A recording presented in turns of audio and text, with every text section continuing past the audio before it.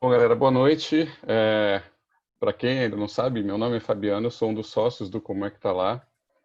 Como esse vídeo vai rolar um pouquinho depois, vai ficar online, vai ficar disponível, eu vou explicar um pouco o que é o Como é que tá lá, a Janaína vai completar depois, se precisar. Sempre precisa, eu sempre esqueço alguma coisa. E, bom, Como é que tá lá é uma plataforma de vagas de emprego para profissionais criativos e capacitação também para os profissionais.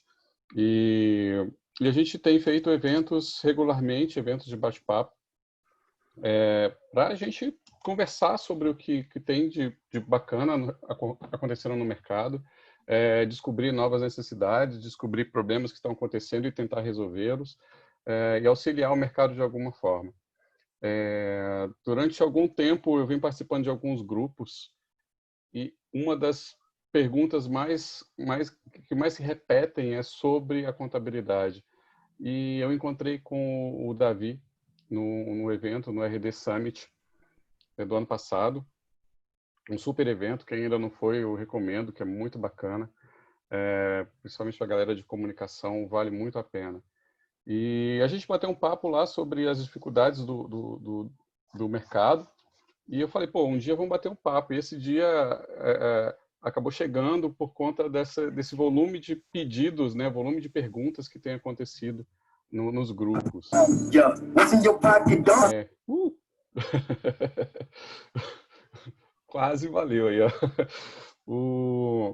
E aí eu achei super bacana a possibilidade de fazer esse evento e a gente conversou e vamos nessa, vamos tocar o barco. Janaína, alguma coisa mais para falar? Eu acho que a questão da contabilidade é um assunto que move Como é que tá lá, mesmo antes dele ser um site, né? Quando era grupo de e-mail, já era uma dúvida muito recorrente das pessoas e Uhum. o mercado de comunicação ele tem várias singularidades, né? Porque as pessoas muitas vezes são pessoas jurídicas quando atuam como empregados ou elas realmente são autônomas. Então, aí antigamente tinha aquele negócio de comprar nota, né? Agora, graças a Deus, tem o MEI, mas o MEI também muda o tempo inteiro. Então, além de ser uma coisa que a gente tem dúvidas constantemente, muda constantemente, então a gente fica com. Quando a gente acha que soube alguma coisa, a gente não sabe mais, né? Porque antes era de um jeito, aí agora já. Né? Antes tinha aquele carimbo, aí tinha que botar o carimbo da nota, agora não. Então, além de mudar muito, é uma coisa que também muitos contadores e muitas empresas de contabilidade não estão preparadas para trabalhar com o mercado criativo. Então, a gente vai, antigamente, naqueles contadores, uns senhorzinhos, assim, falava, mas como que eu emito uma nota para isso? Como que eu me encaixo para aquilo? Aí eles não sabiam, se acabava se enquadrando num KNAI horrível, que pagava muito mais caro do que precisava. E é isso, assim, tem muitas dúvidas, a Secretaria de Fazenda aqui do DF não ajuda muito, é bem confuso lá também. E o Davi, a gente bateu um papo com o Davi, eu e o Fabi, ele já é super especializado nessa coisa de mercado criativo. Então, é uma pessoa que já está mais atento para as demandas do nosso universo, assim. E aí, acho que ele tem muito para ensinar a gente. Exatamente. Então, assim, vamos passar logo a bola para o Davi, ele vai fazer um overview sobre o que é a Fica Tranquilo, né? Vai apresentar a empresa dele, o que eles fazem, e vai começar com um pouco dos problemas que acontecem, um pouco do que ele já enxerga ali dentro do Fica Tranquilo. E aí a gente já começa a bater um papo, trocar uma ideia, responder algumas dúvidas que a gente já tem, que a gente já recebeu no nosso cadastro, além da de vocês, além do que for acontecendo aqui. Tá? Fiquem à vontade. Vamos lá, Davi? Show de bola, gente. Bom, primeiro prazer pessoal, obrigado Jana, obrigado Fabiano pelo convite. A gente realmente teve uma sinergia muito boa, né, lá no RD, foi muito legal. E acho que o nosso trabalho é complementar. Então, vou pegar um pouquinho da carona do que vocês estavam falando para explicar a Fica Tranquilo. A Fica Tranquilo, ela existe para matar essas dores, essas dúvidas do pessoal criativo, e não só do pessoal criativo, do mundo PJ em si, né? Então, para ficar mais claro, quem é a Fica Tranquilo? A Fica Tranquilo é uma empresa de contabilidade e soluções, tá? Para o mundo PJ. Então, quem é o PJ? É o profissional autônomo, profissional liberal, é o freelancer que trabalha no mundo criativo, é um programador, ou é um médico que trabalha para 2, 3 hospitais, eventualmente também um dentista, um advogado, um engenheiro, é o profissional, inclusive, que a gente costuma chamar do novo mercado de trabalho, né?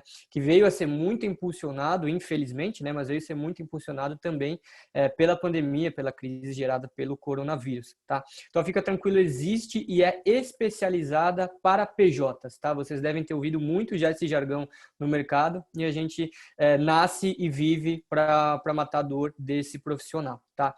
Então, o que a gente entrega? O nosso DNA, no nosso DNA, na verdade, está muito enraizado o atendimento humano. Então, nós somos sim uma empresa de tecnologia também, tá? Nós temos a nossa própria plataforma, inclusive, que funciona em mobile, que funciona em web, tá? Mas a gente utiliza a tecnologia como um meio e como um fim, como a gente costuma dizer. Então, a gente tem um atendimento 100% humanizado, multicanal. Então, o cliente hoje da Fica Tranquilo, esse cliente de contabilidade, né? Ele encontra a gente via telefone, ele encontra a gente via WhatsApp, ele encontra a gente via e-mail, via reunião vídeo, né? Via reunião presencial, por que não? Estamos em São Paulo, né? Quando possível. Eu costumo brincar, inclusive, se der um tiro para cima, se soltar um sinal de fumaça, alguém da Fica Tranquilo aparece para atender. Então, esse basicamente é o nosso DNA e a gente entrega, então, tudo o que uma contabilidade tradicional entrega, né? A gente entrega declarações acessórias, a gente entrega conformidade legal, fiscal, contábil, né? Entrega todos os cálculos, mas, de novo, mais do que isso, muito mais do que isso, a gente entrega amparo, a gente entrega assessoria, a gente entrega cuidado. Por quê? Porque somos especializados para esse mundo. Então, a gente não atende a padaria, a gente não atende comércio, a gente não atende indústria, a gente só atende prestador de serviço sem funcionário, o famoso PJ, tá? Então, o objetivo aqui, pessoal, é fazer um overview da vida PJ, o que é ser PJ, o que demanda, passar pelos principais pontos ali de abertura de empresa, que diga-se de passagem, inclusive, dentro da Fica Tranquilo, a abertura ela é 100% gratuita, tá? A gente faz abertura de empresa gratuita e hoje digo de boca cheia de que a nossa abertura ela é uma das mais rápidas e mais eficientes do Brasil, tá? Depois eu explico um pouquinho do nosso processo, mas eu vou então explicar um overview completo, na verdade, uma linha, como eu costumo chamar, da vida PJ, desde a abertura da empresa até o processo final, que é a distribuição de lucro, que é o imposto de renda à pessoa física, tá? E óbvio que se tiver problemas ou tiver dúvidas aí no meio do caminho, Fabiano, Jana, não sei se o pessoal tiver alguma dúvida, quiser interromper, a gente vai, tá? Então vamos lá, vamos começar. O que eu vou explicar aqui, tá? Vou dividir aí em 3 fatores. Eu vou explicar um pouquinho dos tipos de empresa e da forma de abertura dessa empresa, tá? Depois eu entro no âmbito tributário, nos sistemas tributários, pagamento de imposto, MEI, Simples Nacional. E, por fim, eu encerro com quais as obrigações, o que eu chamo de procedimentos de uma PJ, né? De um dono de uma PJ. Então, vamos lá. Quais hoje, entrando no mérito dos tipos de empresa, tá? Quais hoje são os tipos de empresa que a gente tem no Brasil? Tá? Os tipos jurídicos de empresa. Eu vou focar, a gente tem vários, né? Como por exemplo SA, vocês já devem ter ouvido falar, mas eu vou focar naquilo que faz sentido para o PJ, tá? Então aqui eu vou falar de 4 tipos jurídicos, tá? Que são empresário individual, EIRELI, sociedade unipessoal e sociedade limitada, tá? Esses 2 primeiros, então um foco nesses 2 primeiros, que é o empresário individual e a EIRELI, eles são os tipos jurídicos que hoje mais se tem no mercado, mas eles vão cair em desuso. Por quê? Vocês já vão entender. Então, o que é o empresário individual? Ele é uma empresa de um único dono, que não tem uma limitação, que não tem uma barreira entre pessoa física e pessoa jurídica no sentido do patrimônio. O que eu estou dizendo aqui nesse tipo jurídico, tá? Que para o empresário individual, se ele tiver um problema na empresa, qualquer litígio, esse litígio ele pode impactar nos bens da pessoa física, tá? Então, isso é o empresário individual número 1. Foi criado ali em meados de 2011, 2012, a Eireli, vocês também já devem ter ouvido falar esse nome. O que é a Eireli? É um empresário individual de responsabilidade limitada. Então, veja, é um passo a mais do que o primeiro tipo, que era empresário individual. O que significa Eireli? Essa Eireli, ela tem a limitação, né, desse capital, ou seja, tem uma barreira entre pessoa física e pessoa jurídica para qualquer tipo de problema que eu venha a ter na pessoa jurídica, ela não impacta lá a minha casa, o meu carro, seja lá o que for, minha bicicleta, né, seja lá o que for. Mas para isso, eu preciso ter um capital mínimo de 100 salários mínimos. Quanto que é o salário mínimo hoje no Brasil, Davi? R$ 1.045. Então, significa que eu tenho que ter aproximadamente R$ 100 mil de garantia para que qualquer problema na minha pessoa jurídica não impacte na pessoa física. Que tipo de problema, tá? Só para contextualizar. Um problema tributário, um problema legal, um problema jurídico, bancário, tá? Qualquer tipo de litígio. Nesse nível de empresário individual, que é o número 1, impactaria. Na Eireli não, desde que eu tenha 100 salários mínimos. E esses dois aqui, eles já estão caindo em desuso. Mas por que eu estou frisando eles? Porque pode ser que alguém aqui dessa live tenha, ou alguém que esteja vendo depois dessa live, tenha esse tipo jurídico. Em 2019, dezembro de 2019 precisamente, foi criado a Sociedade Unipessoal. Fabiano, inclusive, me perguntou essa semana, né? O que é a Sociedade Unipessoal? Ela une o bom dos dois lados, tá? Então, ela tem a barreira, tá? Que existe na Eireli, que é no segundo tipo que eu mostrei, tá? Mas ela não precisa de um capital mínimo, como é no empresário individual. Ou seja, eu tenho uma barreira, eu separo pessoa física e pessoa jurídica, mas eu não preciso garantir 100 salários mínimos. Eu posso ter um capital ali de R$ 1.000 e pronto, e acabou, né? Então, eu entendo que esses outros dois tipos que eu falei primeiro, eles vão com certeza cair em desuso, tá? E a sociedade unipessoal é o novo tipo, né? É o que está na moda, é o novo tipo jurídico de abertura de empresa. Inclusive, fica tranquilo, de dezembro para cá só abre sociedade unipessoal por conta de todo esse panorama que eu estou explicando, tá? Então, basicamente, hoje, uma empresa de um único dono, ela é formada pelo tipo sociedade unipessoal. Davi, existe um outro tipo? Existe, né? Existe a sociedade limitada, que é de de dois, na verdade, ou mais sócios, né? E tem a mesma característica que a sociedade unipessoal. Então, só eliminando e tornando limpo e claro, né? Hoje a gente tem a sociedade unipessoal, que é de um único dono, e a sociedade limitada, tá? Os outros dois, que é a Eireli, empresário individual, eles vão cair em desuso, e aí se alguém tiver esse tipo de empresa, por exemplo, e quiser migrar, isso dá para ser feito, tá? Indo para um passo número 2, ainda sobre o âmbito de empresa. Como que a gente faz a abertura de empresa? Como que funciona esse processo hoje? Bom, esse processo ele era muito mais moroso, muito mais difícil, demorava-se muito mais, tá? Isso depende, o tempo, na verdade, né? Ele depende de cada estado, depende de cada junta comercial. Eu imagino que o pessoal que esteja aqui, a grande maioria, seja do DF, né?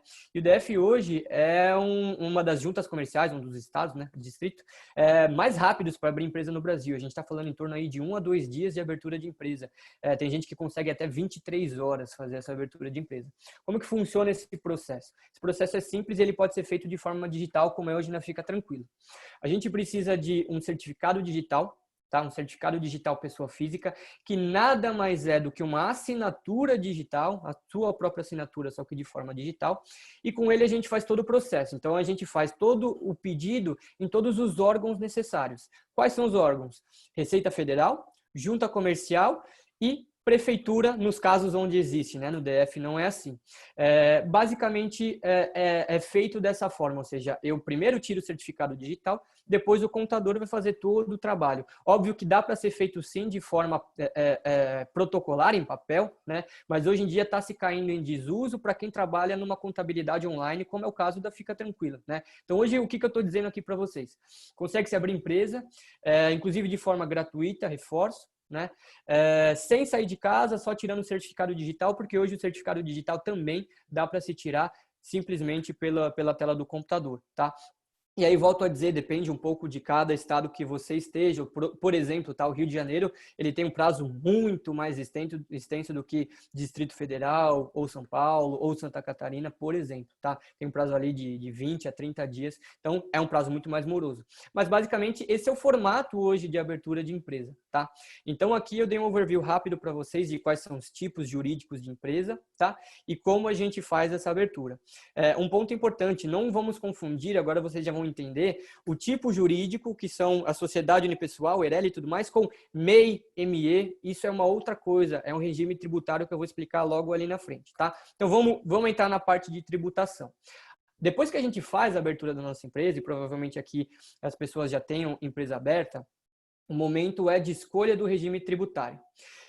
Vou passar também rapidamente quais são os impostos, antes de entrar em quais são os sistemas, né, de tributação no Brasil. Quais são os impostos que a gente paga independente de qual regime a gente esteja.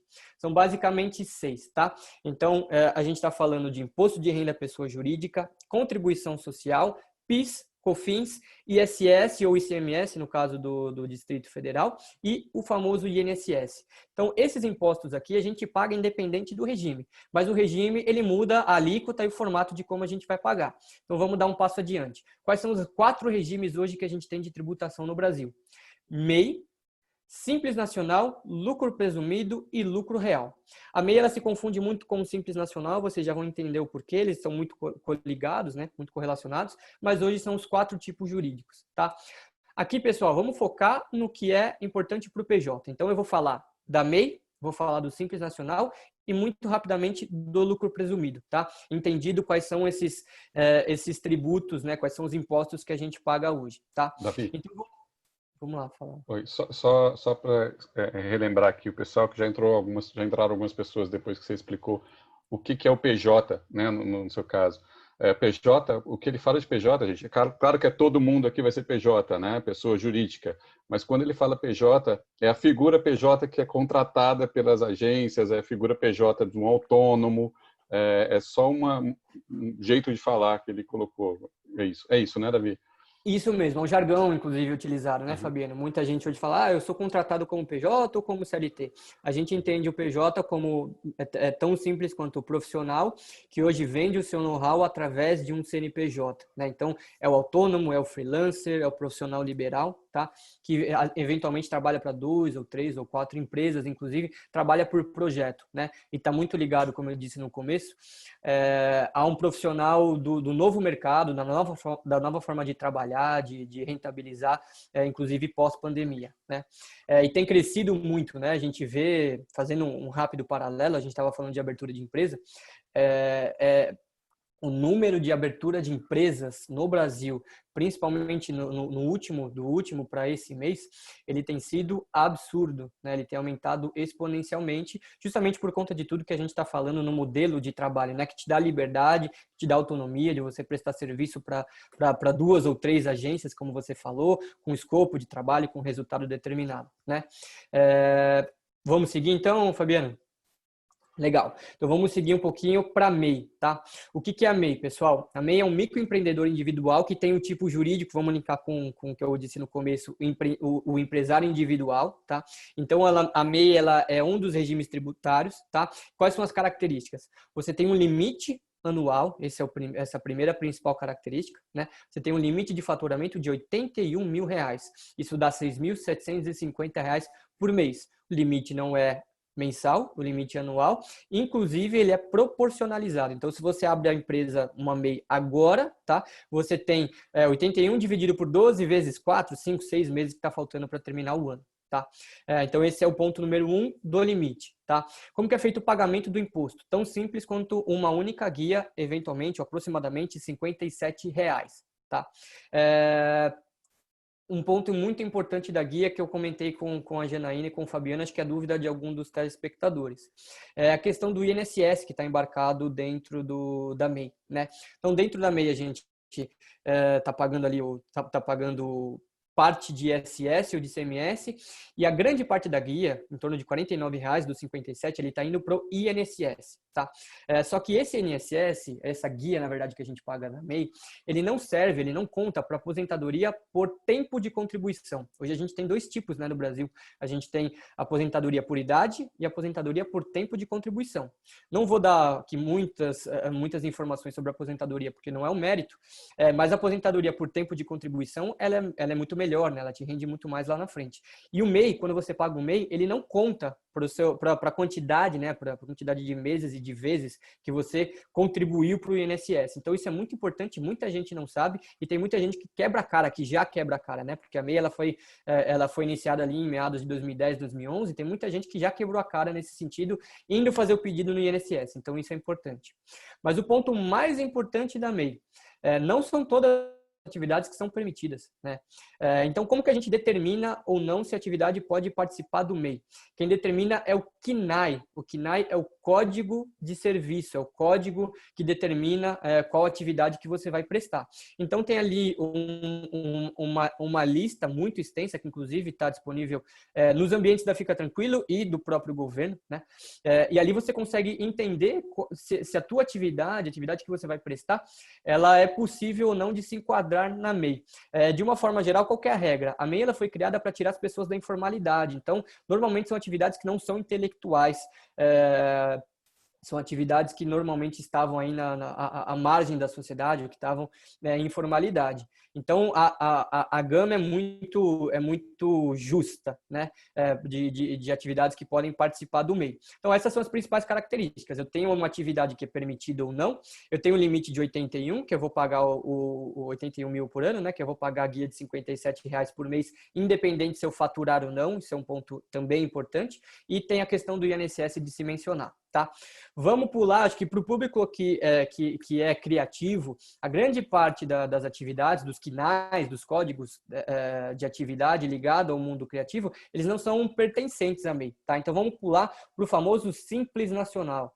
Quem é o Simples Nacional? Simples Nacional é um sistema de tributação que condensa todos aqueles impostos que eu falei no começo, que são 6, né? Então a gente paga tudo basicamente em uma guia e só o INSS que é separado via o Prolabore, tá? Então como que a gente determina, isso é o mais importante, como a gente determina ou não quanto que eu vou pagar no famoso Simples Nacional? O que determina são os anexos, tá? Talvez você já tenha ouvido falar nesse nome, né? O anexo do Simples Nacional. Então a gente tem para o serviço, né, para as atividades que são de serviço, a gente tem 3 anexos, ou a gente pode chamar de tabelas, né, porque são tabelas de tributação, são 3, é o anexo 3, 4 e 5. Tá? O que determina em qual tabela ou qual anexo você vai se enquadrar, sua atividade vai se enquadrar? É o CNAE. Tá? O CNAE ele demanda ali, ou ele se enquadra em determinado anexo, tá? E óbvio que tem as suas diferenças de tributação. Então, eu vou fazer um caso hipotético para ficar mais claro, mais simples, tá? Vamos supor uma tributação, um faturamento de R$10 mil, tá? Uma média de R$10 mil por mês. Quanto que eu vou pagar no anexo 3? Eu vou pagar 6%, R$600, tá? No anexo 4, eu vou pagar 4,5%, que é R$450, e no anexo 5º eu vou pagar 15,5%, são praticamente 10% a mais, R$1.500. Poxa, Davi, então eu quero pagar ou no anexo 4 ou no anexo 3º. A grande maioria das atividades, ela está condensada no anexo 3 e no anexo 5º. Então, não vou nem falar do anexo 4º, porque ele é para advogado, é para atividades muito específicas, tá? Então, o que diferencia o anexo 3 e o anexo 5º, que é lá os 6% e os 15,5%? De novo, é atividade. Mas tem um pulo do gato, que aí é importante a gente entender, que é chamado de fator R. O que é o fator R? Bom, eu disse que a gente paga basicamente duas guias, né? A gente paga a guia do DAS, que é o Simples Nacional, e a gente paga o INSS, tá? O INSS, ele é formado através do Prolabore. Então, eu vou só explicar rapidamente o que é Prolabore para voltar para o tal do fator R. O Prolabore, ele é, na termologia, ele é o salário dos sócios. De forma prática, hoje, a gente não tem a flexibilidade, a liberdade de pagar ou não o INSS, ou seja, eu tenho que pagar quando eu emito a minha nota fiscal, mas eu tenho a liberdade de saber qual que é o salário base que eu vou utilizar para pagar esse INSS. Ou seja, eu posso utilizar o salário mínimo hoje, tá? Que é o que muita gente usa. Então, vamos voltar agora para o fator R, tá? Eu tenho o anexo 3º, que é 6%, eu tenho o anexo 5º, que é 15,5%. As atividades que são intelectuais, qual que é a diferença desses anexos, né? A grande maioria das atividades que são intelectuais ou que tem um órgão de classe, por exemplo, elas estão situadas no anexo 5º, que paga mais imposto, né, que paga os 15,5%. Diferente do anexo 3º, que é voltado mais para um processamento de dados, mais para um trabalho não tão intelectual, vamos colocar assim, tá? Só que na diferença entre esses dois anexos, essas duas planilhas, existe o fator R. Então, qual que é a regra do fator R? Que muitos contadores, muita gente não usa esse pulo do gato. Tá? O governo diz o seguinte, olha, se você tiver a sua folha de pagamento, né, então vamos linkar lá com o Prolabore, se você tiver a sua folha de pagamento com uma representatividade de 28% ou mais, tá? Do seu faturamento, você pode tributar o seu faturamento como anexo terceiro, que seria de anexo quinto, pode tributar no anexo terceiro. De forma prática, para ficar simples, né?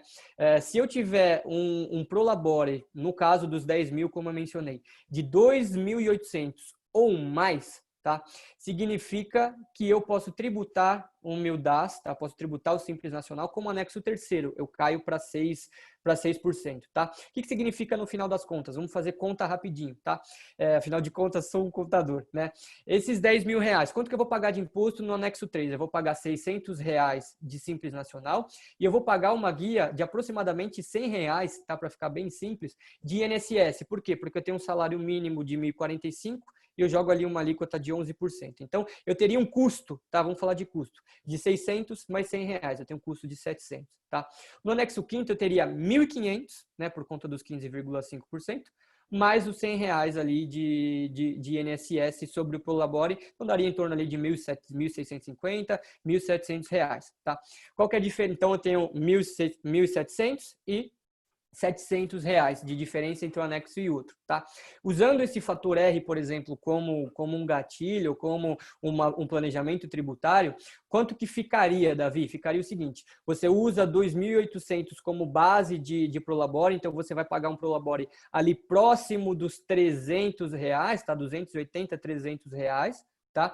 E aí você pode tributar os seus 10 mil reais como anexo terceiro, o que seria 6%. Então, de forma clara, quanto que ficaria? Ficaria 600 mais 300 reais, a gente está falando de um custo de 900. Então, qual que é a minha economia tributária nisso tudo? A gente está falando de uma economia em torno de 800 a 1.000 reais por mês. E muita gente não usa isso, muita gente não faz isso. A gente tem um estudo aqui na Fica Tranquilo de que 3 a cada 4 PJs do mundo de comunicação, do mundo de eventos, do mundo de programação, por exemplo, de TI, paga mais impostos do que devem, tá?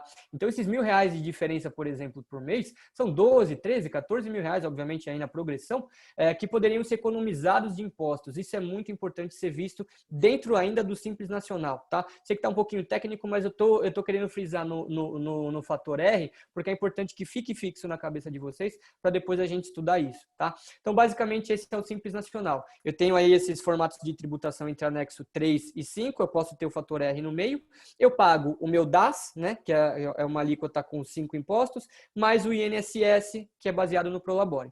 E tudo isso é pago no dia 20 do mês seguinte, né? Eu emito minha nota e pago 20 no dia 20 do mês subsequente, né? Basicamente, esse é o Simples Nacional, tá?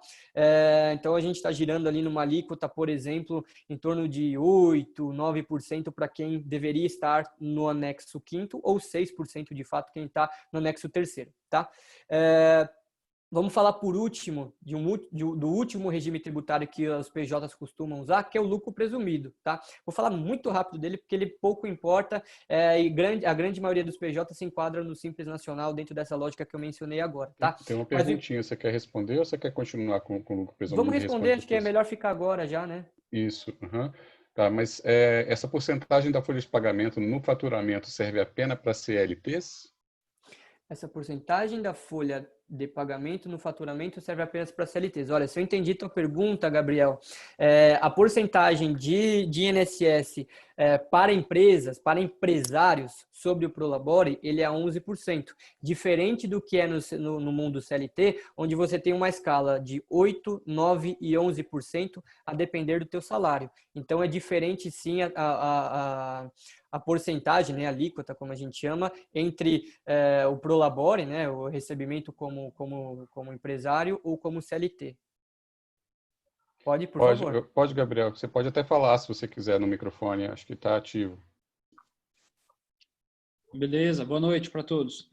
Se Olá, eu entendi Gabriel. bem, beleza. Você falou que se a empresa tiver, se eu não me engano, 28% do faturamento dela comprometido com folha de pagamento, existe aquela diferença que você explicou depois. Esses 28% se contaria apenas com os funcionários CLT da empresa ou incluiria também estagiário ou PJs contratados ou outros regimes? Não, incluiria, na verdade, duas coisas, Gabriel. Obrigado pela pergunta. Incluiria CLT, então somente, né? Empregado CLT, então não vale para estagiário, não vale para principalmente PJs, né? Contratados, mas vale também para o salário dos sócios, que é o Prolabore. Então são dois fatores ali que compõem esses 28%. É o Prolabore e o salário dos CLTs. Mas a grande maioria dos casos, para PJ, né? Para os PJs que estão me ouvindo aqui, eles não têm empregado CLT. Então aí fica a dica do Prolabore, né? Mas acho que você entendeu, Gabriel. Podemos seguir aqui, Fabiano? Pode. Legal. O lucro presumido, gente, só refrescando bem rápido, todos esses impostos que a gente paga de uma vez só no Simples Nacional, eles são pagos de forma separada, são 5 guias diferentes, tá? E a tributação, ela não é tão variável como é a do Simples Nacional, em tabelas e tudo mais, e normalmente ela gira ali em torno dos 15%, 16% já logo de cara. Então, para a grande maioria dos casos não vale. Davi, não vale para todas? Mentira, não é isso, tá? Há que se analisar caso por caso. Então, por isso que é tão importante a gente ter um contador que é especializado no nosso mundo, tá? Porque tem casos sim, vou citar um exemplo, empresas médicas, por exemplo, né? PJs médicos, um médico que faz cirurgia em 2, 3, 4 hospitais ao mesmo tempo, né? Esse médico ele pode sim estar no lucro presumido e pagar menos impostos do que no Simples Nacional, ou um engenheiro, ou um advogado. Então, depende muito de cada caso, da sua cidade. É importante sim que se faça essa análise com um especialista, tá? Então, basicamente, esse foi um overview bem grande, inclusive, da parte tributária, tá? Eu vou para a última parte aqui da explicação, acho que depois a gente abre o painel aí para a gente conversar bastante, que é quais são as minhas obrigações como PJ, né? Eu elenco basicamente 3, tá? A gente tem que emitir a nota fiscal quando eu faço um faturamento, quando eu recebo, né? Eu tenho que fazer o pagamento dos meus impostos, isso também é uma obrigação. E eu tenho o terceiro, que são o que a gente chama no jargão contábil, que são as obrigações acessórias. São as declarações que a gente tem que entregar, que são mensais e anuais, tá? Então, essas basicamente são as obrigações que eu tenho que cumprir como pessoa jurídica. Abrir uma empresa, estou obrigado. Faturei, emiti minha nota fiscal, a partir da emissão da nota, e é tudo em cascata, né? Recebi, emiti a nota, paguei imposto, eu faço a minha declaração acessória. Isso vale também para pessoa física, né? A gente recebe o salário, paga o imposto, depois faz a declaração pessoa física lá no ano seguinte. É óbvio que as obrigações acessórias, como assim chamamos, elas são muito mais tranquilas do que as de PJ, que são mensais e anuais. Não vou entrar em quais são, porque aí vocês vão ficar entediados, tá? Basicamente, essas são as 3 obrigações que a gente tem que cumprir. E aí, de novo, né? Vou linkando com a figura do contador para finalizar o raciocínio. Por que ter um contador especializado? Né? Porque, primeiro, o contador ele vai te dar todo o overview, vai te dar todo um direcionamento, um amparo em tudo isso que a gente falou, desde a abertura de empresa até qual o melhor regime tributário, como que eu pago o meu imposto. E, principalmente, ele vai cuidar da sua empresa de forma mensal. Né? Então, ele vai cuidar de todas as suas obrigações mensais e anuais que você tem que entregar para o governo, e se não entregar, tem multa. Né? E mais do que isso, tem muita gente que usa esse fator como forma, inclusive, de venda, que eu não gosto, mas existe hoje uma obrigatoriedade civil, pelo Código Civil, da gente ter um contador. Por quê? O contador é ele que faz essa ponte burocrática, né? Mas muito mais do que isso, o contador hoje ele é um cara consultivo, ele é um cara parceiro, né? Que te ajuda, que te dá o direcionamento para saber qual que é o melhor caminho, como pagar menos imposto, como cuidar das finanças de uma forma mais efetiva, né? E caso, bom, eu falei que eu estava fazendo uma linha final, né? Desde a abertura de empresa até o imposto de renda pessoa física, né? Então, quando a gente emite a nossa nota, quando a gente paga o nosso imposto e faz a nossa contabilidade, a gente distribui o nosso lucro para a pessoa física. Então, eu tiro o dinheiro da conta PJ e jogo para a conta pessoa física para girar o meu custo de vida, para comprar os meus bens, seja lá o que for, né? Essa passagem de conta pessoa jurídica para pessoa física, hoje no Brasil, ela é isenta, né? Existe muita discussão, está tramitando no Congresso, inclusive, alguns projetos de tributação também do lucro, né? Não vou entrar nesse mérito agora, mas hoje sim ainda é isento, né? A gente não paga imposto na passagem pessoa jurídica e pessoa física, né? Mas como que a gente pode fazer isso? a gente pode tão somente fazer isso se tiver uma contabilidade apurada, se tiver um registro contábil. Então, o que é a contabilidade no final das contas, né? O contador hoje ele é visto como o cara que cuida da parte tributária, ele é o cara que cuida da parte financeira, mas a contabilidade em si, como termologia, ela é a ciência da riqueza. Então, hoje a contabilidade ela é o registro dos fatos, né? Naquele famoso balanço, balancete, vocês já devem ter ouvido falar esse nome. E esse balanço ele é uma linguagem mundial de negócios, né? Então, às vezes a gente olha grandes empresas que divulgam o seu balanço, porque o balanço hoje ele é uma linguagem de negócio, ele define a empresa, ele define qual que é o padrão e como está o patrimônio de tal empresa, né?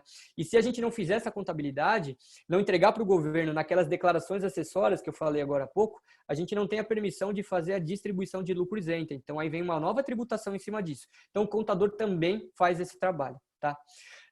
Bom, pessoal, eu fiz uma linha bem extensa, desde a abertura até... Antes da gente entrar nas perguntas, a gente conversou, e até acho que muita gente é MEI, assim, muita gente do mercado. E você falou de uma coisa que as pessoas erram muito quando elas são MEI, nessa coisa da distribuição de lucro, né? Porque o MEI muitas vezes não faz aquela... Você explicou melhor aí do que eu sei dizer. Mas a pessoa não pega como se fosse lucro e depois ela acaba devendo no imposto de renda pessoal, não é?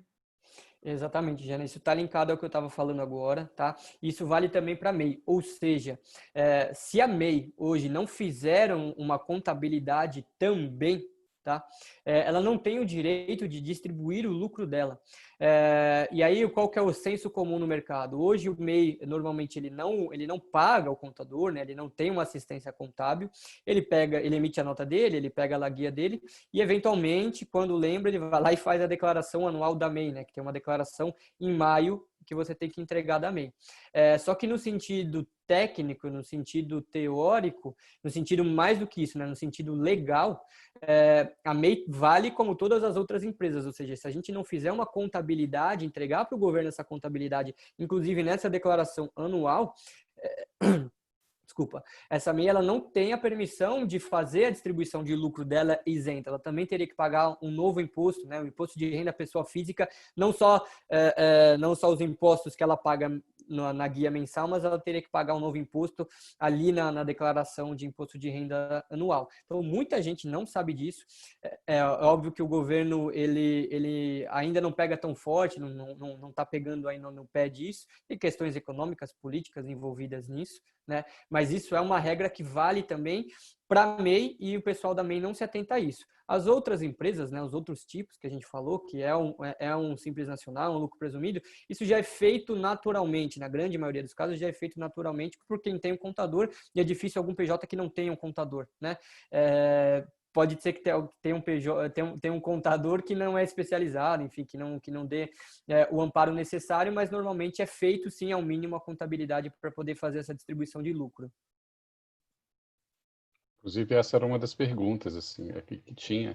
E aí a pessoa pode ter que pagar muito mais imposto, né? Porque aí entra no imposto de renda de pessoa física e aí a alíquota vai para 27,5%, depende do faturamento, né? Depende do faturamento, mas sim.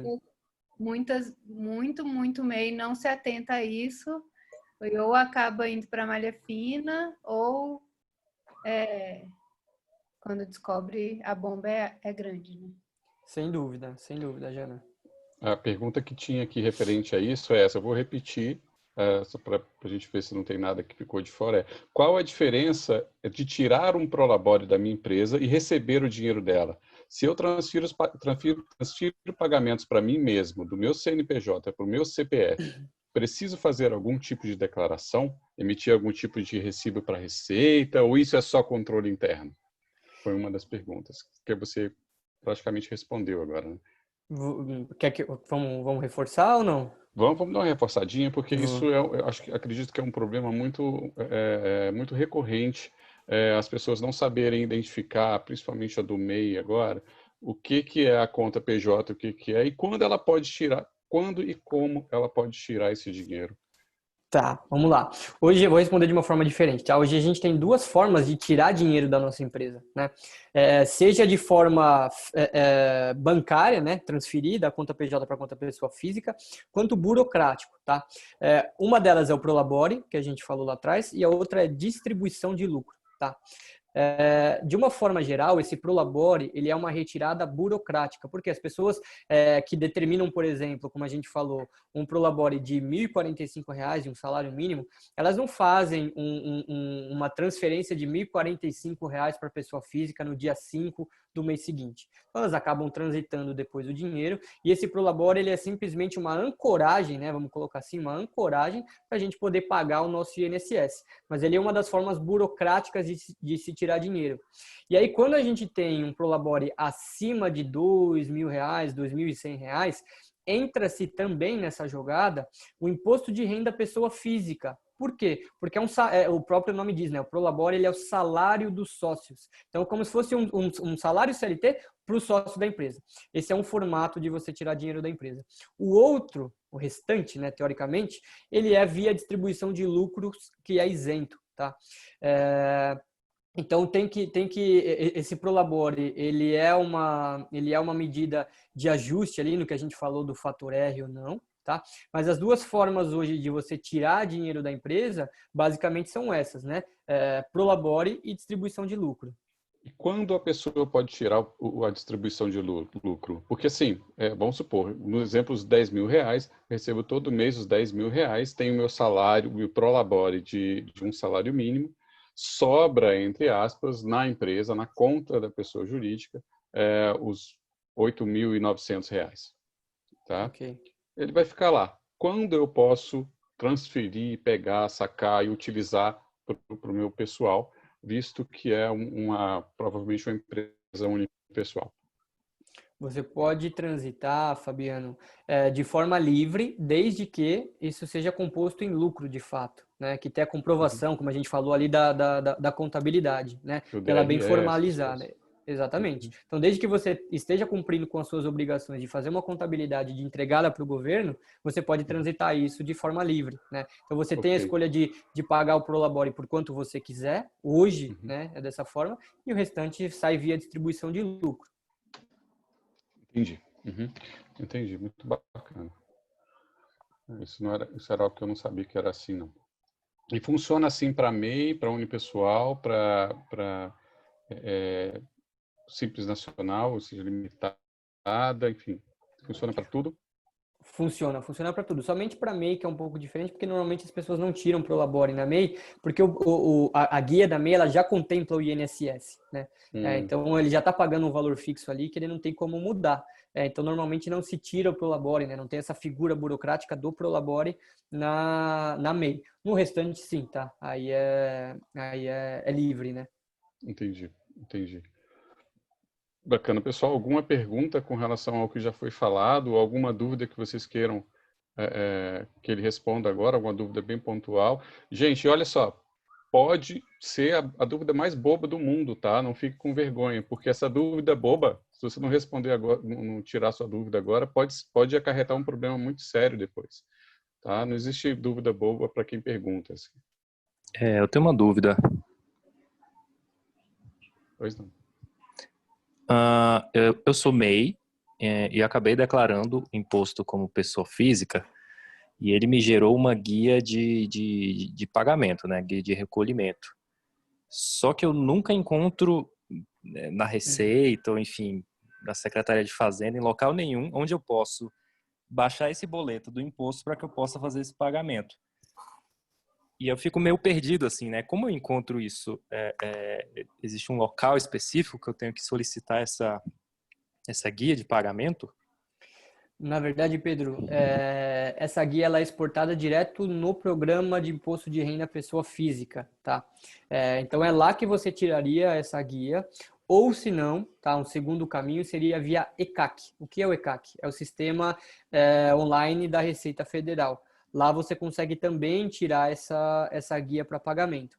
Mas eu chamo a atenção, Pedro, obviamente que aí tem as suas questões pessoais, financeiras e tudo mais, mas se foi gerado um imposto de renda pessoa física por conta da MEI, pode ser que você tenha feito algo equivocado e não tenha colocado como distribuição de lucros. Talvez você tenha colocado em uma outra aba, e não na aba de rendimentos isentos, né? E tenha te gerado o imposto. Se você quiser depois me acionar, a gente conversa de forma particular. Ah, tranquilo. Na realidade, a orientação que eu tive é para fazer um cálculo, né? Eu teria que pegar o lucro lá, tirar o que a parte enfim, existia um cálculo. Eu pegava esse valor, multiplicava por um número e ele seria valor isento. Aí o que sobraria disso eu colocaria lá na declaração de pessoa física. E mesmo assim ele acabou gerando aí uma taxinha, entendeu? Porque provavelmente, então, você colocou no lugar errado, tá? Porque esse cálculo que foi falado é o que eu estava falando da contabilidade em si, né? E aí esse dinheiro, né? Esse rendimento, ele entraria na aba de rendimentos isentos e não tributáveis. Especificamente, inclusive, no campo 13, se eu não me engano, que é o campo de MEI, Simples Nacional, na distribuição de lucro. Então, se você não colocou nesse campo, provavelmente é por isso que esteja gerando um valor de imposto de renda a pagar. Entendi. Tá? Tá bom. Obrigado. E nesse caso dá para retificar, ou, Davi? Dá para retificar, sem dúvida dá para retificar. Notícia boa. Que bom. Legal. O Gabriel está com outra pergunta lá no chat. Qual KNAI ideal para um MEI que trabalha em agência? Exatamente. Eu vou complementar com outra pergunta também, Davi, que é bem possível que aconteça, porque assim, MEI é muito mais fácil de trabalhar, muito mais fácil da gente tirar, rapidinho ali a gente está com o CNPJ na mão e já consegue emitir aquela nota, né, de uma forma mais fácil para receber um salário, ou receber uma graninha de um freela que a gente fez ou de uma agência que contratou a gente de emergência. Mas para tirar um MEI, como você já bem disse, os KNAIs não são os ideais para trabalhar com criatividade, né? Tem um ou outro ali que a gente pode dar uma disfarçada, né? Além da pergunta do Gabriel, eu complemento o seguinte: o que acontece se a gente começar a emitir notas com KNAIs errados, com KNAIs não ideais? Bom, vamos lá. Eu vou responder primeiro a tua, depois eu respondo então a do Gabriel, se eu não me engano. Emitir nota com KNAI errado significa que em algum momento você pode ser fiscalizado, isso não significa fisicamente, né? Isso pode ser feito de forma eletrônica e você pode ter uma penalidade de ter que pagar, por exemplo, tá? Se o KNAI era de anexo 5º e você tributou como anexo 3º, isso pode vir a acarretar depois uma concentração de todo o imposto que você deixou de pagar, inclusive com multijuros. Já vi isso acontecer, tá? E a Receita Federal, ela tem sido cada vez mais incisa nesse tipo de fiscalização, tá? E a pergunta, na verdade, do Gabriel, qual o melhor KNAI para quem trabalha em agência? Antigamente, se eu não me engano, foi na virada desse ano, né, de 2019 para 2020, que tiraram da MEI o KNAI de marketing direto. Isso era um KNAI utilizado pelas pessoas que trabalham com marketing para pagar menos impostos e se enquadrar na MEI. Era um KNAI que era usado, mas esse KNAI foi retirado, se eu não me engano, tá? Depois eu posso confirmar e aí você pode colocar, Fabiano, se não eu pesquiso aqui rapidinho já. Mas, salvo engano, esse KNAI foi tirado da lista da MEI e hoje ele não pode mais ser enquadrado. Então, eu não vejo hoje muito KNAI para criativo na MEI, tá? Mas depois eu posso fazer uma pesquisa aí sim mais aprofundada e passar algumas dicas, tá? Que as pessoas eventualmente costumam usar, a gente não indica, né? Não é o correto, que são KNAIs completamente correlatos ou em paralelo, pegar um KNAI, por exemplo, de serviços administrativos gerais para usar para ter o benefício da MEI, né?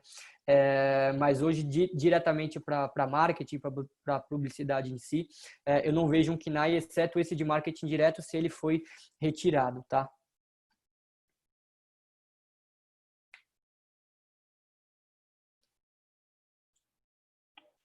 Gabriel estava dizendo que usava de digitador, né? Isso, esse de digitador é o que eu mencionei dos serviços administrativos, operacionais de uma forma geral. Entendi. O Renan está perguntando, como MEI consigo deduzir gastos como alimentação, combustível, internet? Não consegue, tá? Nem no MEI, nem no Simples Nacional, nem no lucro presumido. A gente paga os impostos. Na MEI a gente paga o valor fixo, né? independente se eu emitir nota ou não. No Simples Nacional eu pago somente quando eu emito, mas eu não tiro nada da minha base de tributação. Ela é toda sobre o meu faturamento, tá? Uhum. Davi, acho que também as pessoas não estão entendendo que elas não vão, se elas fizerem a declaração correta do MEI, elas não vão pagar imposto novamente em cima do que seria o lucro da empresa. O problema é que as pessoas tiram o dinheiro do MEI e usam, mas não declaram, e aí isso não vira você não retira como lucro, né? Mas se você fizer direitinho, você não vai pagar imposto novamente em cima disso.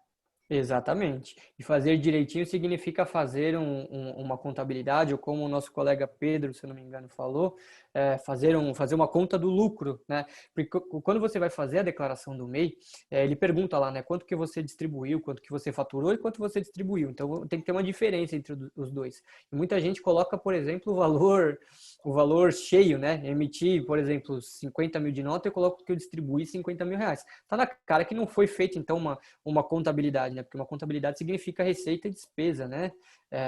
Significa algum valor líquido. Então, basicamente é isso. Mas não fiquem assustados. Isso é a regra padrão, né? O que eu estou descrevendo para vocês é a lei hoje.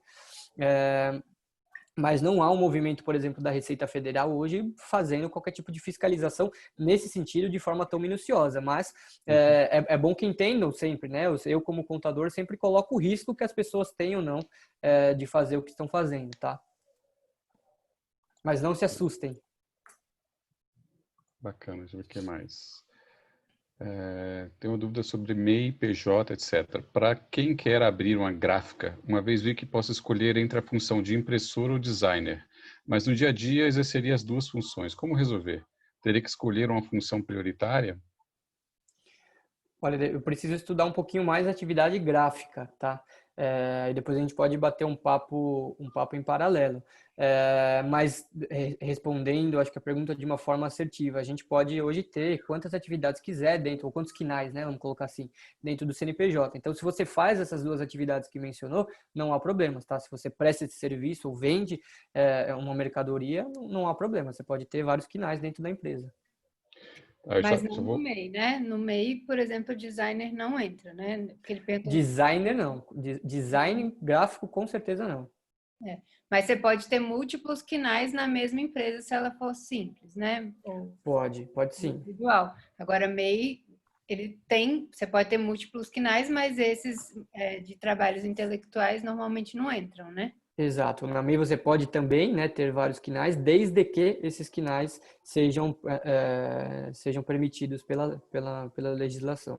Tá, acrescentando uma outra pergunta à pergunta dele, vou incrementar um pouquinho. Você falou no Simples Nacional, você falou dos anexos, do 3 e do 5, do terceiro e do quinto, que são impostos diferentes. Eu posso ter KNAI do terceiro e do quinto na mesma empresa. Quando é que esses impostos vão ser registrados? É de nota para nota?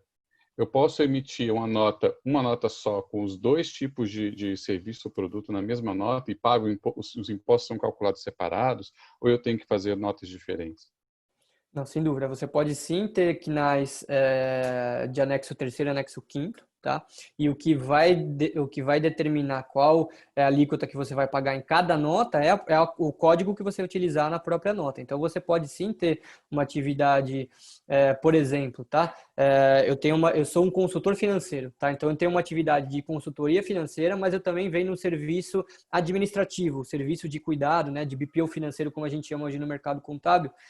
Então, esses dois têm diferença. A consultoria está no anexo 5º e o BPO financeiro mesmo ele está no anexo 3º. E aí depende da nota que eu vou emitir. Isso vale também para o mercado criativo, se tiver dois quinais, né? Um quinal de anexo 3º e um de anexo 5º. O que determina é a nota fiscal. Legal. Talvez isso responda também a pergunta do Gabriel. Pergunta se pode ter quinais completamente diferentes, como, por exemplo, uma agência e venda de roupas. Pode sim, o que não determina se é indicável ou não, tá? Então, por exemplo, eu tenho uma empresa que é de fachada aberta, né, para vender roupa, e nessa mesma empresa eu coloco consultoria tributária. São atividades completamente diferentes, é permitido sim pelo governo, não há nenhum impedimento, e aí a minha dica é com relação à parte gerencial, você ter várias atividades completamente diferentes na mesma empresa, cria um imbróglio gerencial para você controlar o que vem de cada atividade ou não, pagamento de imposto, controle financeiro, mas aí é só uma dica mais gerencial do que tributária, porque poder pode sim, sem dúvida. ICMS com ISS. Exato, mistura. Nem falei de ICMS porque aí já entra na parte de comércio. Exatamente. Deixa eu ver mais alguma pergunta aqui. Perguntaram se ia falar sobre sociedade unipessoal. Bom, com relação a isso, eu queria fazer uma pergunta também sobre as principais diferenças práticas entre MEI e unipessoal. O que seria realmente melhor indicado? O MEI é realmente uma boa porta de entrada? Ou vai chegar um momento que vai falar assim, olha, tá vendo? Você devia ter aberto logo uma unipessoal. Olha, o MEI sim é uma ótima porta de entrada, acho que principalmente pelo custo. Não só o custo tributário, mas o custo de cuidado da empresa. Então, ele é sim uma ótima porta de entrada para quem tiver essa possibilidade legal, né, de utilizar o KINAI permitido, né? Mas é uma ótima oportunidade, Fabiana, porque você tem, além, de novo, né, além do custo do pagamento do imposto em si, que é muito mais barato, o cuidado com ela é bem menos complexo, né? E não só o cuidado mensal, mas uma série de nuances de emissão de nota, retenção, algumas coisas que são mais do dia a dia, não vou entrar aqui no mérito agora, mas que também são menos complexos. Então, eu indico sim, eu gosto da MEI, né? Uhum. O meu desejo é que todo mundo comece entrando no MEI e depois rapidamente passe ali para precisar trocar para unipessoal. Claro, Exato. esse é o melhor dos mundos. E pensando nisso, como seria uma transição? Por exemplo, eu sou MEI há 2 anos, né, há 1 ano e meio. Nesse meio ano, eu já superei, meio ano, segundo ano, eu já superei o valor mínimo aí, o valor máximo do MEI. Como é que é essa transição nesse momento? Estou no meio do ano ainda, mas já superei. Como é que funciona isso? Qual é a dificuldade e o que eu deveria ter feito enquanto MEI para que essa transição ficasse mais suave? Assim? Legal, vamos lá. Existem 2 formas de fazer uma passagem aí, tá? Entre MEI e Simples Nacional, ou como costumam dizer no mercado, de MEI para ME, né? ME é uma sigla que determina ali o quanto você fatura no Simples Nacional, por exemplo, tá?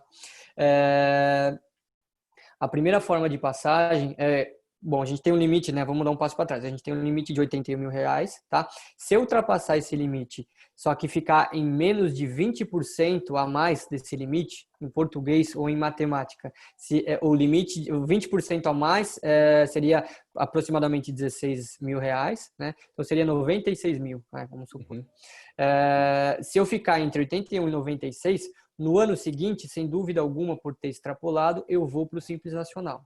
Se eu ultrapassar esses 96, eu vou pegar o ano inteiro, vou retroagir e vou pagar como Simples Nacional o ano todinho. Então, vamos supor, tá? Tô lá em novembro, já ultrapassei os 81, já sei que eu vou para o Simples. Só que eu ultrapassei 96. Eu vou pegar todos os 96 mil reais, eu acabei pagando como MEI, né? Então, eu paguei ali 11 guias de 57 reais. Eu vou acabar tributando em 6%, mais os 11% do Prolabore, e vou ter que pagar com multa e juros, inclusive. Então, é uma penalidade muito grande e que tem que ficar bem claro, é uma pegadinha, tá? E aí, o que eu indico nesses casos, tá? Quando você tem a possibilidade, por exemplo, tá? Olha, eu vou ultrapassar o limite do MEI. Existe a possibilidade de você fechar a empresa e abrir uma empresa nova, né? Agora, de forma natural, como que a gente faz essa passagem? Independente se passou os 20% ou não. A gente tem que fazer 2 procedimentos. Um procedimento no próprio ambiente da Receita Federal, onde eu peço o desenquadramento, tá? Desenquadramento da MEI e passo para a Simples Nacional. E um outro movimento é na junta comercial do teu estado, que você também precisa pedir o desenquadramento para a ME, para você ter os seus documentos legais, o requerimento do empresário, o contrato social, no caso de sociedade unipessoal, né? Então, são esses dois movimentos que precisam fazer a partir do momento que eu extrapolo o limite do 81. E aí, só lembrando, passei 81, não passei de 96, só no ano seguinte. Se eu passei de 96, aí eu vou pagar retroagido. E essa mudança, a partir dessa mudança, é com um contador. Você não consegue fazer sozinho como você conseguiria fazer com o MEI. Olha, você até consegue fazer, só que a partir desse momento você vai com certeza precisar de um cuidado do contador, não só pela parte consultiva em si, mas também pelo que a gente falou da distribuição de lucro, do Código Civil, né? Uhum. Aí acho que faz total sentido você já iniciar o relacionamento com o contador que saiba fazer isso, porque aí já entra uma complexidade maior, principalmente no tocante à junta comercial. Para você fazer esse processo é muito mais chato, né? Já está no ambiente do contador em si. Uhum. Entendi. Uma pergunta do Ico. Existe alguma recomendação para quem já tem uma fonte de renda fixa e acaba fazendo um trabalho freelancer só algumas vezes ao ano? Alguém que não tenha que emitir nota todo mês, ele acha que muita gente usa o MEI assim. Olha, a sugestão para esses casos, onde, por exemplo, eu tenho, né, uma renda fixa e vou ter recebimentos pontuais, talvez a primeira possibilidade de regularizar essa entrada seria como pessoa física mesmo, não ter que abrir uma empresa, né? Então, poderia regularizar essa entrada como autônomo, aí eu pagaria a tabela progressiva do imposto de renda pessoa física, que a depender do seu outro rendimento, vai ficar caro ou barato. O que eu estou dizendo, tá? Vamos supor que eu recebo R$4.000, R$3.000 por mês. Eu estou na média ali, né? Não estou nos 27,5% que a Jana falou no começo. Eu estou nos 15%, estou nos 7,5%. Meu outro rendimento, que dependendo também de quanto for, obviamente, quando ele vai entrar a 7,5% ou a 15%, tá? Esse é o ponto número 1. Agora, se eu tiver já uma renda maior, na casa acima dos 5, dos 10, dos 15, todo o rendimento ele também vai entrar com os 27,5%. Aí já vale começar a cair para uma pessoa jurídica, né? Principalmente mesmo se for eventual, mas ele for sazonal, né? Ele sempre ocorrer. E aí, nesse caso, vale você estudar se pode ter uma MEI, que aí é o que a gente falou, né, Fabiano? É a porta de entrada, vale a pena. Ou se não, eu posso ter uma PJ normal, né? Uma Simples Nacional, como chamam no mercado.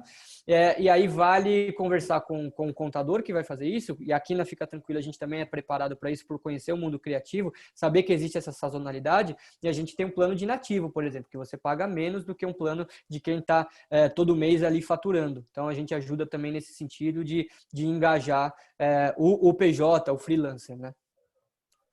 Bacana. Ico, está respondido? Alguma coisa mais que ficou de fora?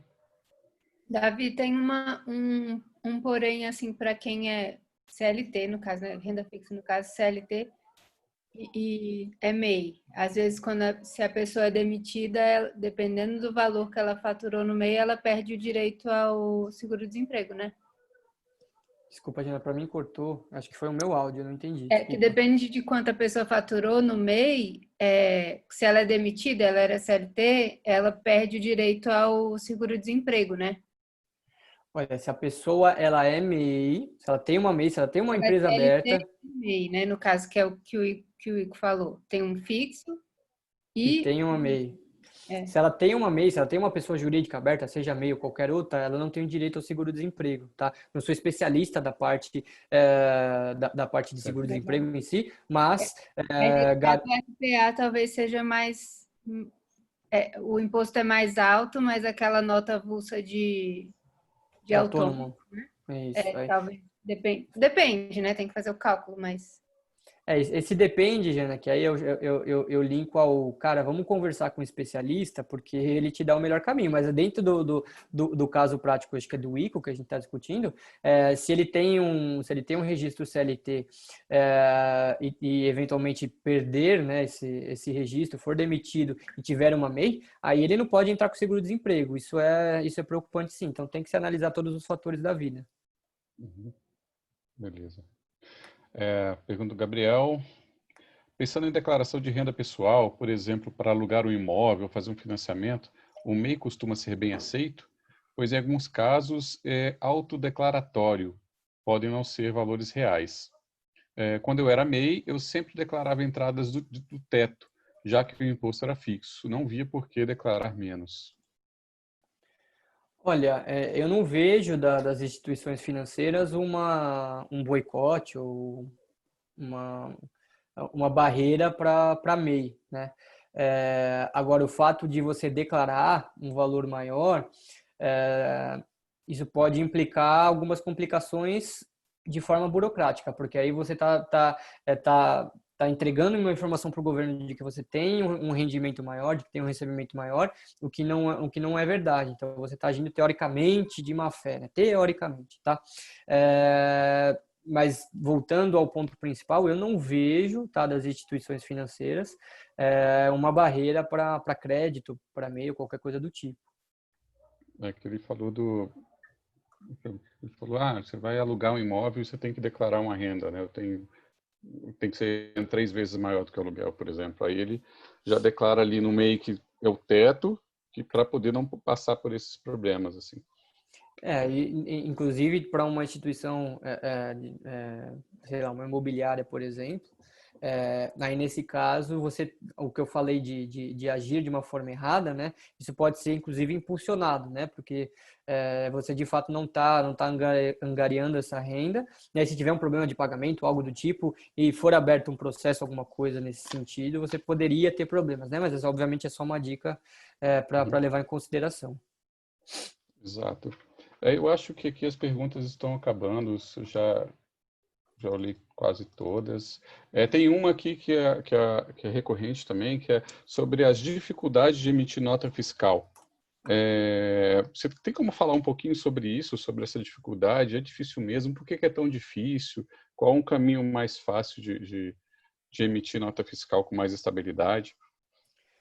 Tenho sim, e tenho bastante propriedade para falar nisso pela nossa plataforma. Então, lá no começo, eu falei que a gente tem a nossa tecnologia, tem a nossa plataforma, e lá na plataforma você consegue emitir sua nota fiscal, seja pelo celular ou pelo notebook, né, pelo desktop. E aí, para os PJs, para os profissionais do Distrito Federal, há uma dificuldade, inclusive, maior, porque não há figura do município. Então, a nota fiscal, de forma geral, no Brasil inteiro, ela é emitida através do sistema da prefeitura em questão, tá? Então, ela disponibiliza um sistema online onde você entra e emite a nota fiscal. No Distrito Federal, o modelo de emissão de nota fiscal é um modelo de nota de comércio, né? O famoso DANF, né? NFE. E cria-se uma dificuldade maior, porque os governos federais, né, eles não liberam um sistema gratuito. Antigamente se liberava do Sebrae, mas ele já era muito complexo, continua muito complexo, então normalmente o que as pessoas fazem é contratar um sistema à parte, por exemplo, para emitir nota fiscal. E aí linko a Fica Tranquilo novamente, porque ali dentro da nossa plataforma, a partir do momento que você é nosso cliente, você tem a plataforma de forma totalmente liberada para você poder emitir essas notas fiscais de uma forma muito intuitiva, muito simples, muito fácil, muito rápida. Então, existe sim uma dificuldade, principalmente, né, estou focando no Distrito Federal, mas também dos outros municípios, porque o governo, o governo municipal, né, no caso, ele não está preocupado em entregar uma ótima experiência em si, experiência que eu digo é de facilidade de emissão de nota, né? Tem muitos jargões e cunhos ali técnicos, às vezes, que o PJ não está acostumado, que trazendo para o ambiente mais fácil ou mais claro, como é o da Fica Tranquilo, por exemplo, torna a vida desse PJ mais fácil, né? Entendi. Bacana. É isso mesmo. Pessoal, alguma pergunta a mais? Tem mais ali. O Leandro estava quietinho, mas falou agora. Tá lendo? Estou lendo. Se eu for prestar um serviço em que o projeto peça algum fornecedor, fotógrafo, programador, por exemplo, como é a questão de emissão de nota para o meu cliente, sendo que o meu KNAI não contempla a bitributação. Tá, vamos lá. Quando você vai prestar um serviço e embarca, subsidia, né, serviços de terceiros, você tem duas formas de fazer. Ou você emite a nota total cheia, então vou falar um pouquinho, vou dar um exemplo do mercado de eventos, tá? Isso acontece muito. Vamos supor que o Davi vai fazer um evento para como é que tá lá. Dentro do evento que eu vou fazer, vai ter a bebida, vai ter a comida, vai ter o músico, vai ter o fotógrafo, vai ter o decorador, tá? E o meu trabalho em si, ele é organizar tudo isso, né? Então, dentro da minha nota fiscal, eu tenho duas formas de fazer. Ou eu concentro todo o valor, vamos supor que o evento vai custar ao total 100 mil reais, só que o meu FII, o meu honorário para organizar tudo isso é 20 mil, por exemplo, tá? Então, eu tenho duas formas. Ou eu emito uma nota de 100 mil reais e contemplo centralize em mim todas as notas dos fornecedores que o Fabiano está contratando, tá? E depois esses fornecedores vão emitir uma nota contra o Davi, tá? Ou faz o que normalmente acontece no mercado para evitar o que ele falou chamado bitributação, que é eu emito a minha nota de 20 mil, tá? E aí todos os outros fornecedores vão emitir uma nota contra o Fabiano. Então, isso evita a bitributação para o Davi. O Davi emite uma nota de 20 e depois tem 80 mil dividido em várias notas de outros fornecedores que vão para o Fabiano. Inclusive, eu, como organizador, posso condensar tudo isso no que a gente chama de nota de débito e entregar uma compensação, né? Entregar um relatório para o Fabiano. Então, respondendo a pergunta de forma mais clara, você pode sim pegar esse programador e pedir para que ele emita a nota fiscal direto para o cliente final, ou você emite a nota total para o cliente final. Isso, inclusive, no painel que eu estava discutindo com o Fabiano essa semana, depende muito, inclusive, também da tua negociação comercial com o cliente, né? Porque eventualmente você não quer que o cliente saiba qual é o custo do programador embarcado dentro desse projeto. Então, também tem uma nuance comercial, né? Mas hoje a legislação, ela permite essas notas paralelas, né? Vamos colocar assim. Deu para entender, Leandro? Pode falar. Sim, entendi, mas ainda tenho uma dúvida. Nesse caso, eu preciso ter o KNAI para, por exemplo, que contemple aí o fotógrafo, o programador, essas outras atividades? Não precisa, Leandro. Porque o teu serviço, desculpa perguntar, mas qual que é a tua prestação de serviço? Direção de arte. Você é o diretor, você está fazendo o trabalho de direção. Nesse processo, nesse projeto, você precisa de um programador, você precisa de algum outro fotógrafo, de algum outro profissional. Mas não necessariamente, não é você que está prestando esse serviço. Então, o teu serviço é que está no teu CNPJ, o teu KNAI é que está no teu CNPJ. Do programador, aí vai estar o KNAI do programador. Mesmo que você esteja vendendo esse projeto como um todo, né? Você está negociando, você está, como eu dei o exemplo do mercado de eventos, né? Você que está negociando e organizando esse projeto como um todo, mas o teu serviço é de direção de arte. Uhum. Mas aí, então, eu emito para o meu cliente essa nota com o valor cheio e aí eu posso descrever lá esses outros serviços que não fazem parte do meu KNAI e o programador, por exemplo, ele emite uma nota para mim, é isso? Nesse exemplo que você deu, vai acontecer a bitributação. Então, se você concentrar todo o valor de faturamento na tua nota fiscal, é sobre essa base que você vai pagar imposto. Então, se você conseguir com que o cliente entenda que tem o trabalho do programador e existe esse custo inerente que ele precisa pagar, esse programador ele pode emitir a nota fiscal contra o cliente final. Então, a tua nota fiscal ela diminui. E aí você paga menos imposto. Isso é legal, tá? Não tô dando nenhuma dica fora do contexto para você. Isso é um processo legal. Então, essa é a dica para que você pague menos imposto. Porque se você concentrar o valor todo na tua nota fiscal, você paga mais. Você vai pagar, na verdade... A gente estava discutindo, Leandro, quando é que você tinha feito essa pergunta antes, né? Se eu não me engano, né, na sua inscrição. Porque, assim, acaba que, infelizmente, ocorre mesmo a bitributação. Não tem como evitar quando você faz essa emissão de nota total, mas isso depende de um ponto realmente muito estratégico seu, que o Davi comentou para a gente da outra vez, no bate-papo anterior, que vamos supor que, né, sei lá, que o programador cobre R$10 de você cobre 100 né, assim, não sei, pode acontecer ou não, por diferentes motivos. Quando o programador, se ele for emitir a nota fiscal direto ele vai saber que o programador custou R$10, sabe? E aí vai passar a contratar o programador direto. E então, talvez essa não seja estrategicamente a melhor solução. Então, isso depende muito do que você vai... da sua decisão mesmo, da decisão estratégica da empresa que está sendo paga para fazer os serviços. Não, legal, bacana. Deixa eu ver se tem mais aqui. Acho que tem mais uma aqui do Gabriel. Contratando um software de emissão de nota, preciso também de um certificado digital? No caso do Distrito Federal, sim, tá? De outras cidades, não. Por exemplo, tá? São Paulo não precisa de um certificado para emitir a nota. Então, depende muito do município, tá? Ou, no caso de vocês, do distrito. Mas no caso do Distrito Federal, infelizmente, sim. Precisa de um certificado digital, pessoa jurídica.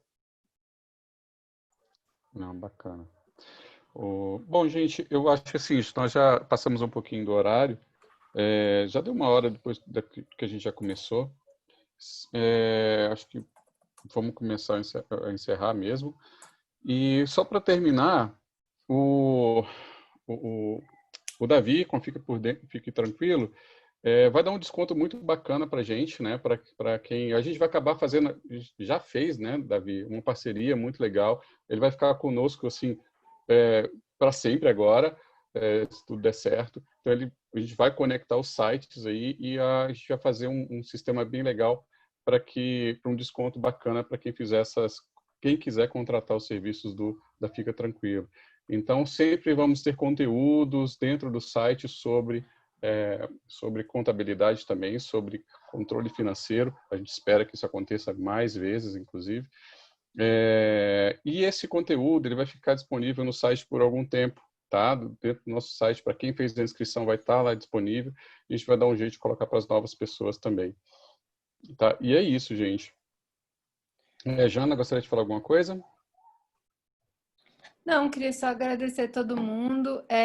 Também quem quiser passar outras dúvidas que surgirem depois, né? Porque acho que é muita coisa também para a gente absorver em uma hora. Eu deixei até uma caixinha de perguntas lá no Instagram do Como é que tá lá, que aí depois a gente passa para o Davi também. A gente pode fazer uma coisa de perguntas e respostas. Também quem vê o vídeo no YouTube depois, quiser mandar para a gente pode também fazer um compilado de novas dúvidas, porque realmente é difícil para a gente que não é do universo da contabilidade, às vezes, entender essas coisas. Às vezes aparecem umas dúvidas muito, muito específicas de relação a contratos de edital, emissão de certificado, emissão de certidão. Brasília tem muito essas particularidades, né? Porque a gente lida muito com a coisa pública. Mas aí pode mandar para a gente por DM, por mensagem, a gente pode fazer um compilado e fazer um outro encontro nesses moldes, né? Com certeza, gente, com certeza. Bom, também do meu lado aqui quero agradecer, tá, a oportunidade, o bate-papo para mim é sempre muito legal conversar desse tipo de coisa. Espero que eu tenha passado de forma clara, objetiva em todas as dúvidas do pessoal, mas qualquer coisa é só me acionar também, tá? Jana, Fabiano, um prazer estar fazendo essa parceria com vocês.